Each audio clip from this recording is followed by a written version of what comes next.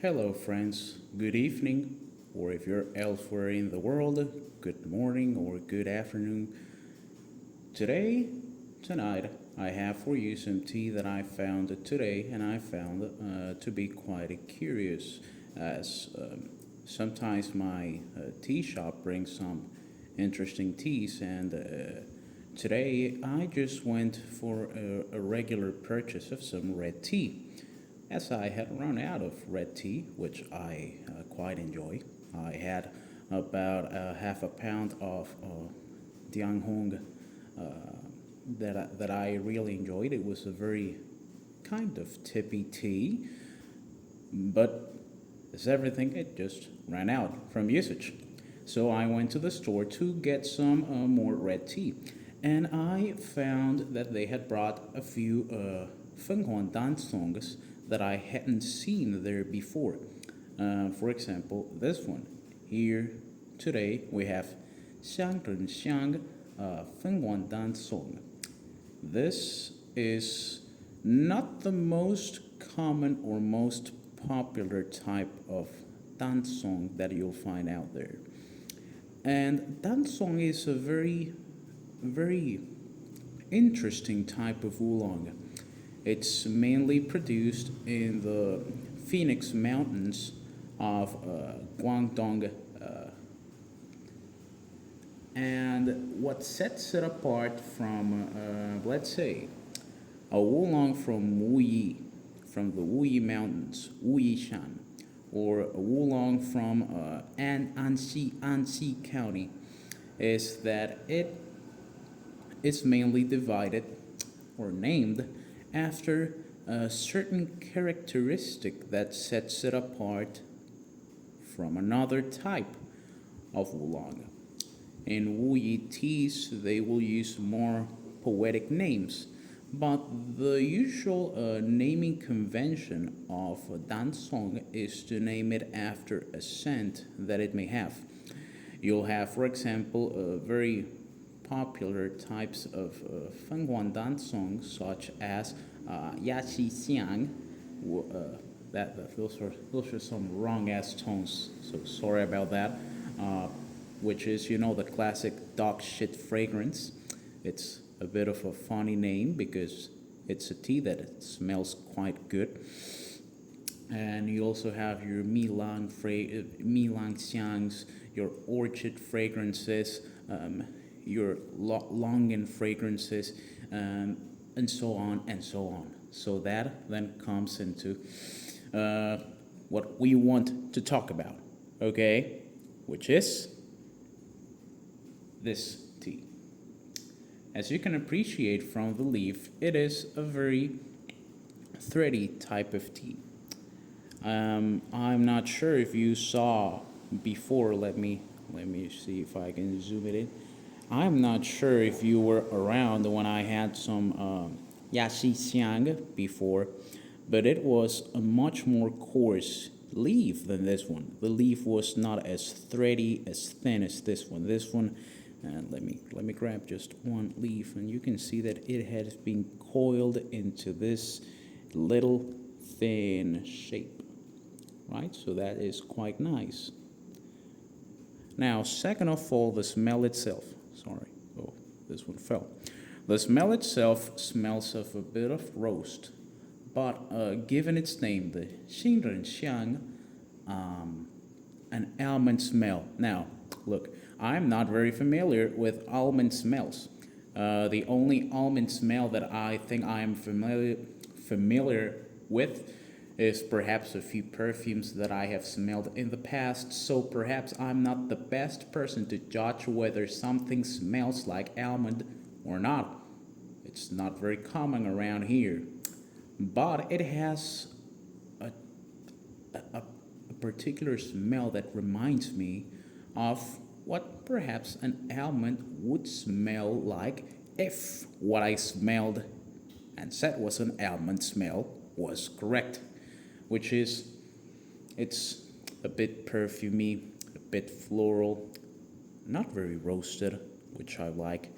It really feels like a transparent tea. It doesn't feel like like there is something off with it.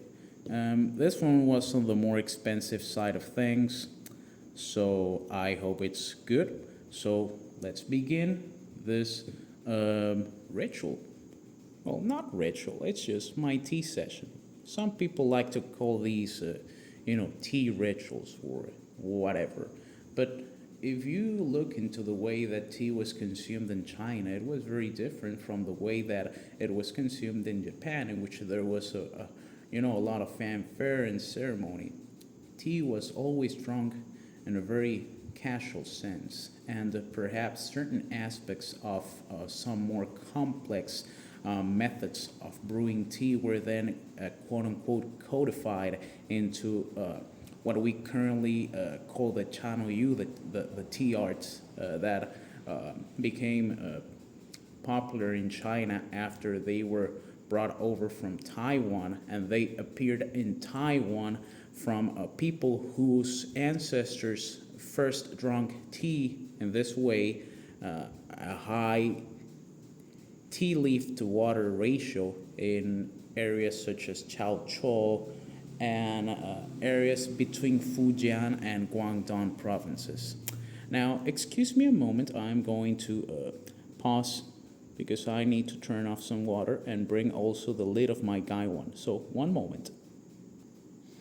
Okay, we are back. So now I have brought over the lid of my gaiwan, and let's begin by first making sure that our vessel has heated up. We need a hot vessel to make sure that everything is under control. You want to always warm up your vessels, because if you were to pour hot water on the rinse without heating up your vessel, that vessel is going to absorb some of that heat, so perhaps you won't get the leaves as hot as you want them to, which is, of course, undesirable in this much more meticulous type of brewing. So let's give it just a brief moment for it to heat up. In the meantime, just let me sure. I think the angle there is okay. Let me get the thermos out of the view. Okay, I think that's enough, so we just open this and then we just pour our hot water there. Yeah, there we go. Now, let me dispose of this hot water. Give me another moment, please. Okay, and once again, we are back.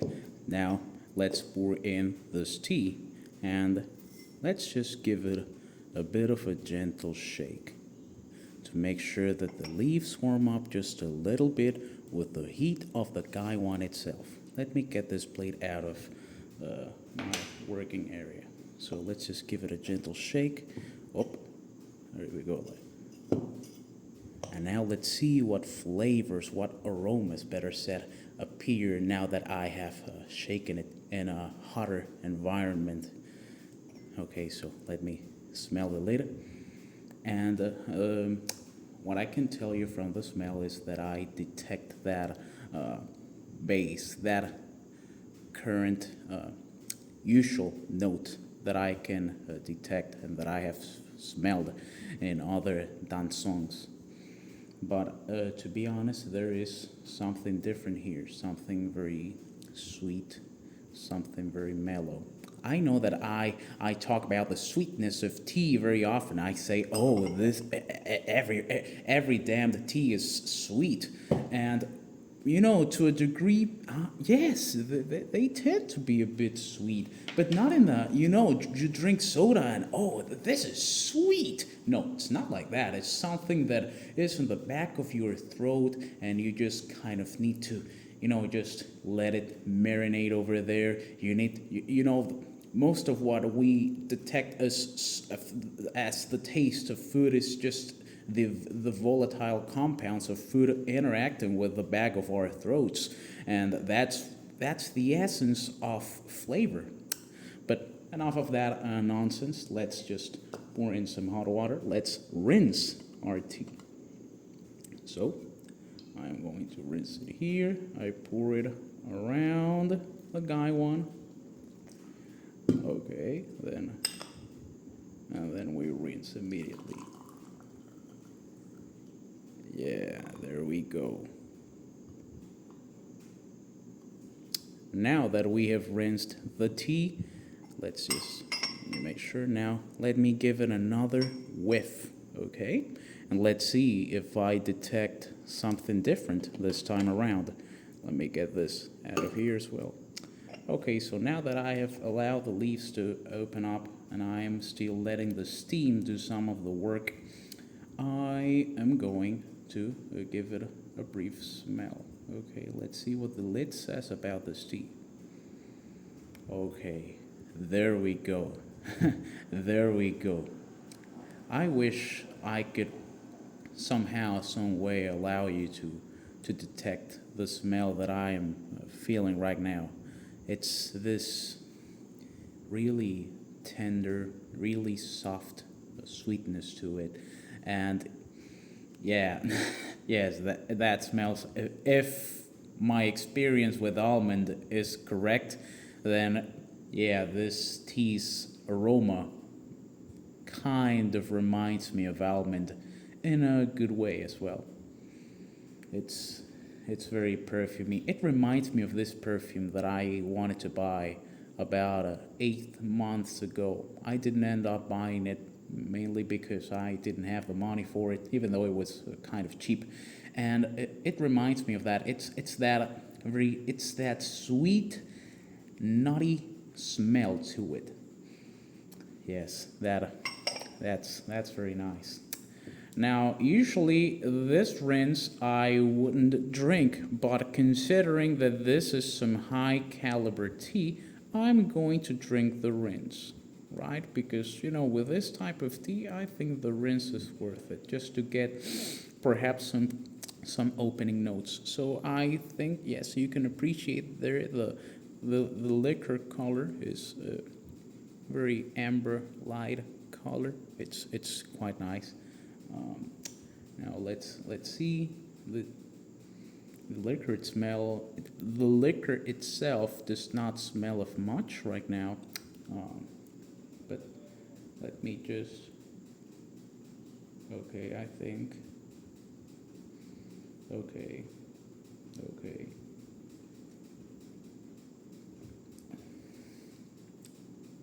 okay okay okay. So,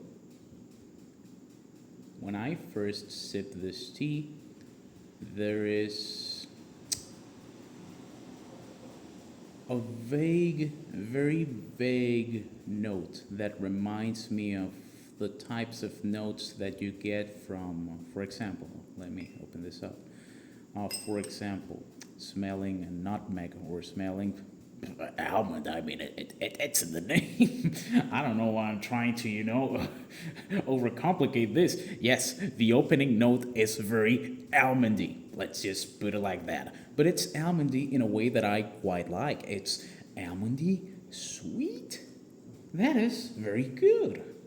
This is a good tea. The taste it's the taste itself is the taste itself is still very light, but I think that in our first formal infusion, this tea will really reveal itself. The rinse itself is quite good. So I'm really excited for the prospect of how the full experience will be once it opens up. I've been BSing around it, 14 minutes of just BSing around about just random musings about this tea. Well, I guess I'm making this video for that, so I'm just making the video, so but I guess I just criticize myself too often. I'm sorry about that.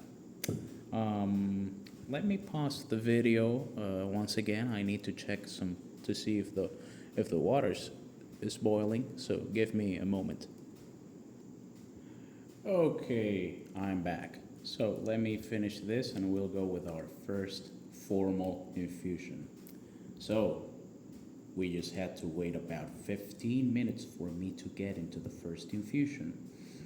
I am taking my time because, of course, this is a tea that I hadn't drunk before. If I was just reviewing the 4 or 5 teas that I usually drink, whenever I upload a picture of tea, it's usually a tea that I drink on a regular basis. It's not like I have a massive storage of tea that I just, a huge catalog that I just, let me try this.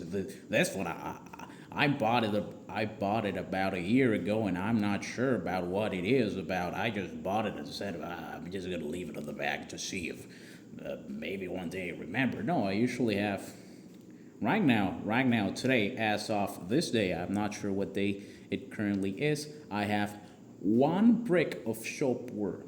I have a bit of green tea left that is just like the regular tea that I drink on a glass. I have a bit of Shengyan Rogui. I have a bit of Ti Kuan Yin.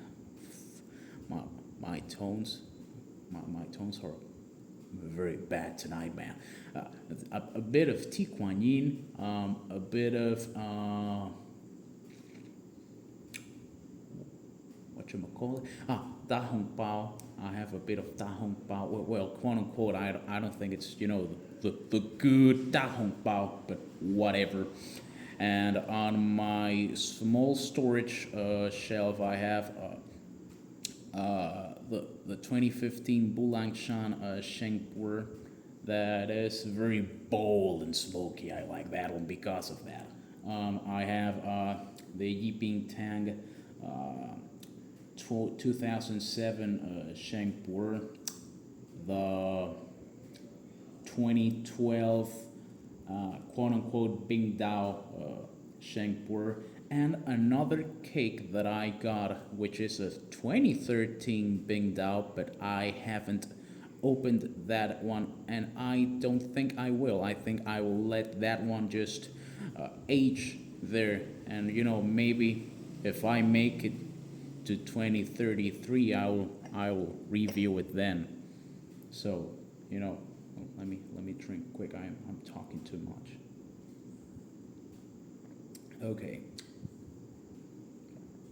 Okay. Once again, enough BS. Let's go into the matter. Let's taste this.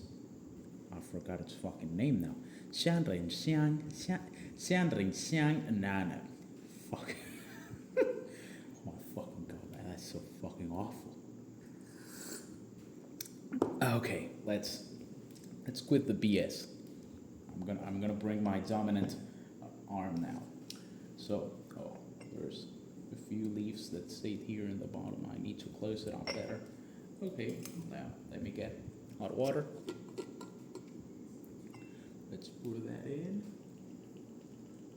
Here we go, around, never directly into the tea. And immediately pour out.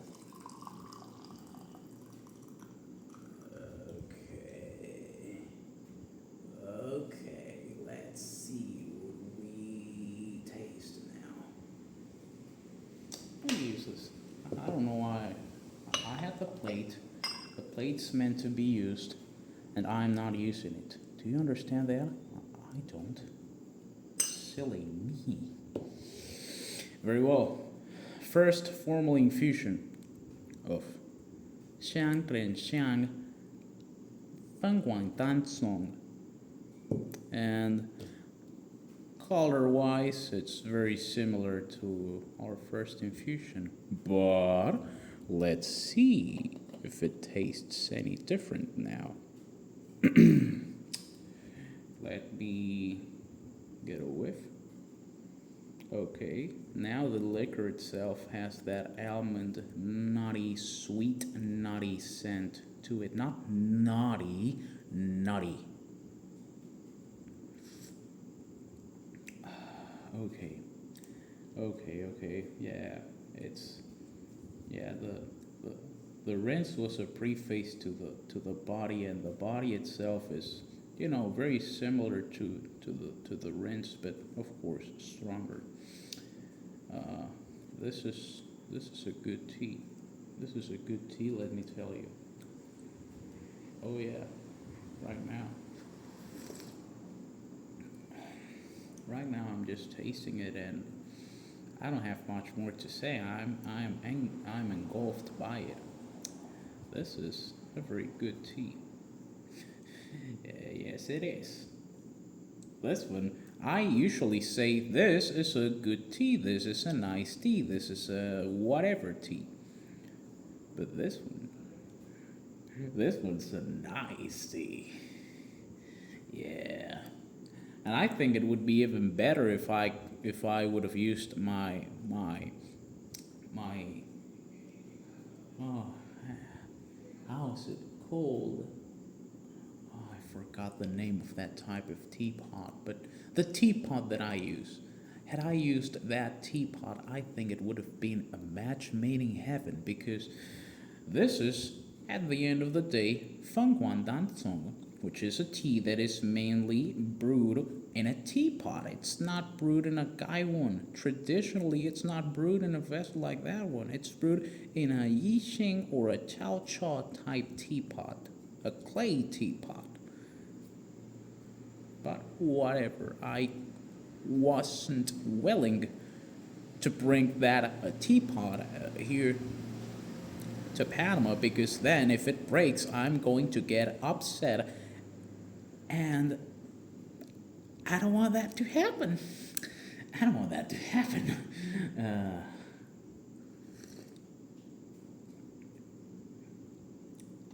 Yeah, yeah, this is a good tea. Nutty, sweet, nutty opening, lingering aroma around. And then comes the base, which is the Fenghuan Dancong base, which is like a bouquet of delicate flowers. It's very aromatic. It's aromatic in a way that reminds me of kind of like a very fougere-ish perfume. Uh, have you ever smelled how's it fucking okay, not Fahrenheit, but okay, let's use the example of Fahrenheit. Dior's Fahrenheit.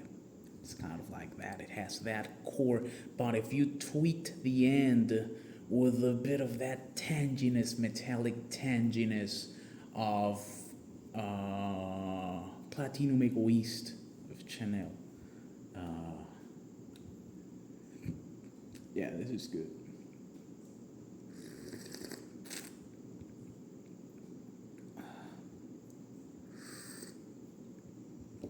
Let me cover this up. Right, or else it'll cool down way too much. Yeah, this is a very good tea. And generally, out of all the types of teas that I have liked, perhaps one of the categories that I like the most, out of the oolongs at least, I think I would give the nod to. Well, I'm not sure, because I have had some very decent Wei Shan teas, but I am sure there are better Wei Shan teas out there, and I just think that I haven't tasted them yet. So I was going to make an evaluation of my preference when it comes to Chinese oolongs, but I'm not sure. But well, I really like Fenghuan Dancong. I really like this type of tea.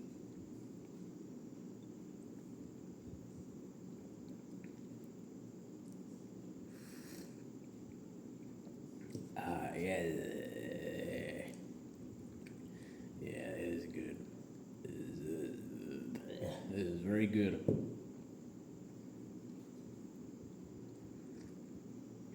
Let me pause it, because I'm just drinking right now. I'll unpause. I will unpause it once I have finished this, and once I begin my next steeping. Very well, I finished. Let's go.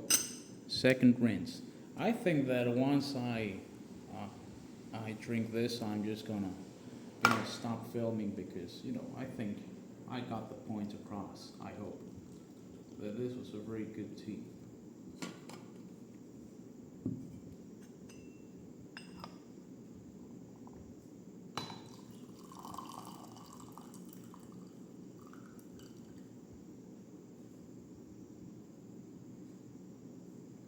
Yeah, these parts when I'm pouring the tea, I'm not sure if I'm making it very visible. I hope that my my arm, I hope that my arm isn't blocking the view. Let's pray it doesn't.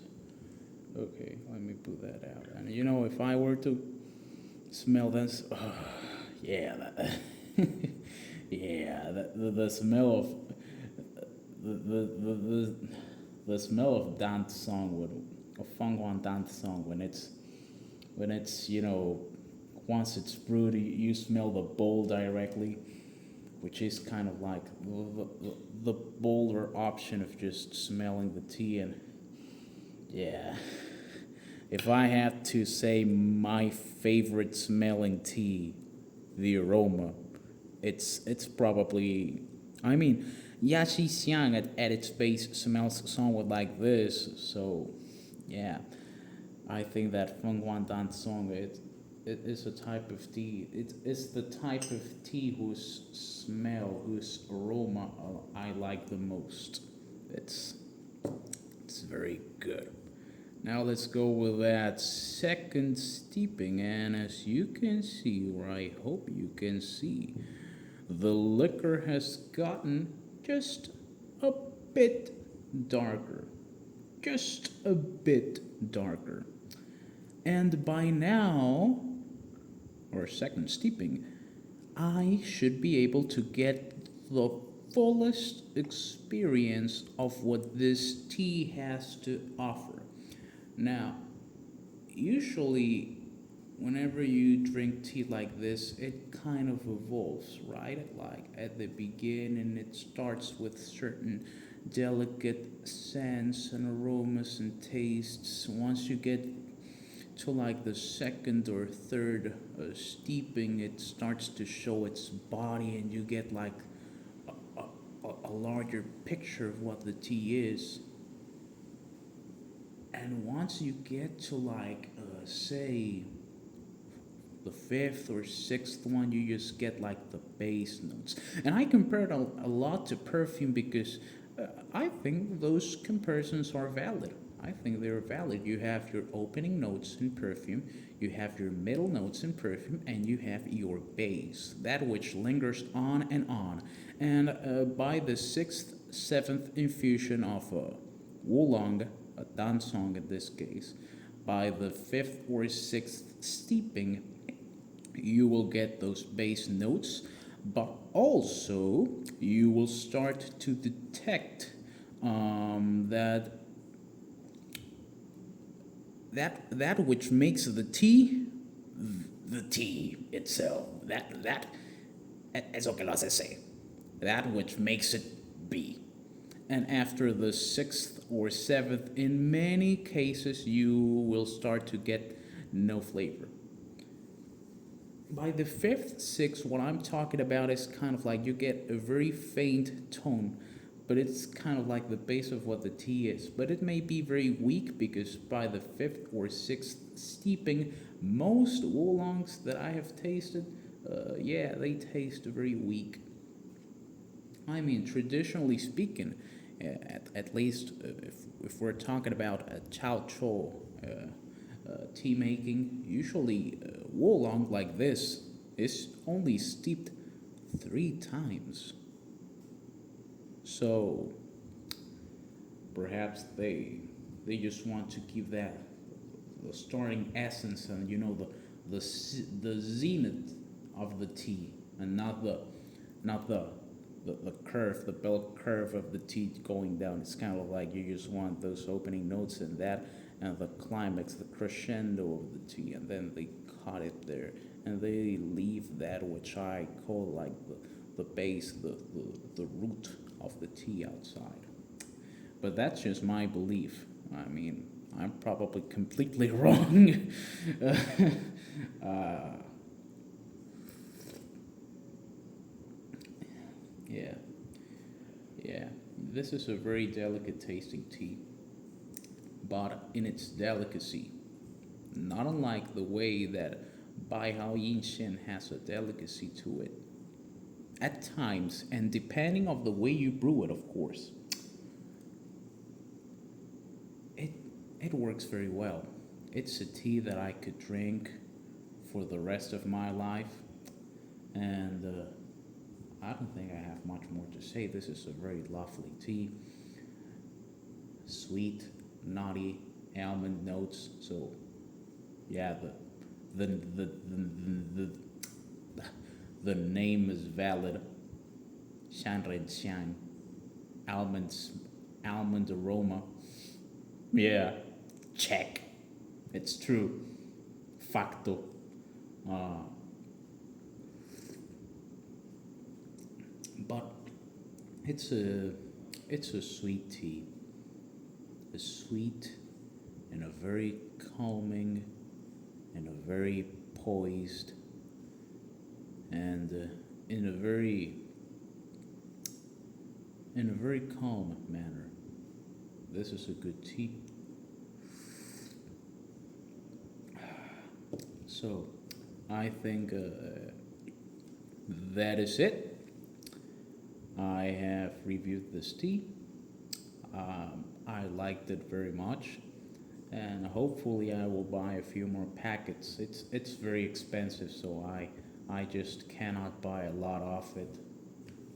But at least I gave myself the chance to taste it tonight, and I found it very very pleasurable. And well, I hope you found this musing review of this tea pleasurable or just pleasant. Yeah, I know I've talked about some stuff unrelated, but I think we had a good time. I had a very good time talking to you, and I hope you enjoyed this.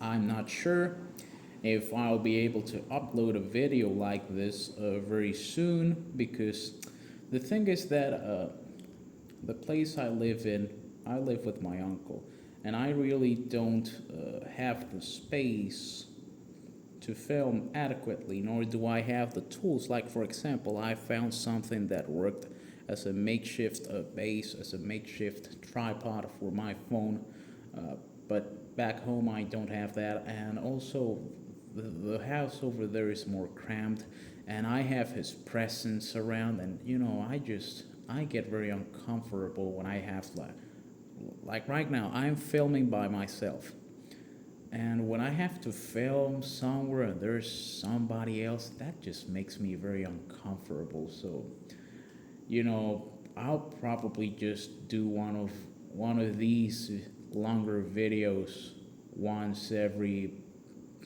I don't know, 3 weeks.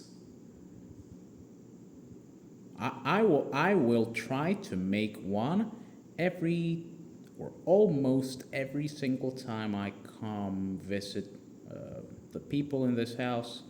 I will try to film and perhaps I will bring some teas that you are already familiar with, but I can, just show you the process of how I brew it, talk to you a bit more about what I have learned about that tea, and just have a good time. So, well, I hope this pilot, this inaugural video is decent enough. I hope that you had a good time. I know I did. And once again, I hope you have a very good evening, very good afternoon, very good morning if it's the morning for you. And see you next time. Goodbye.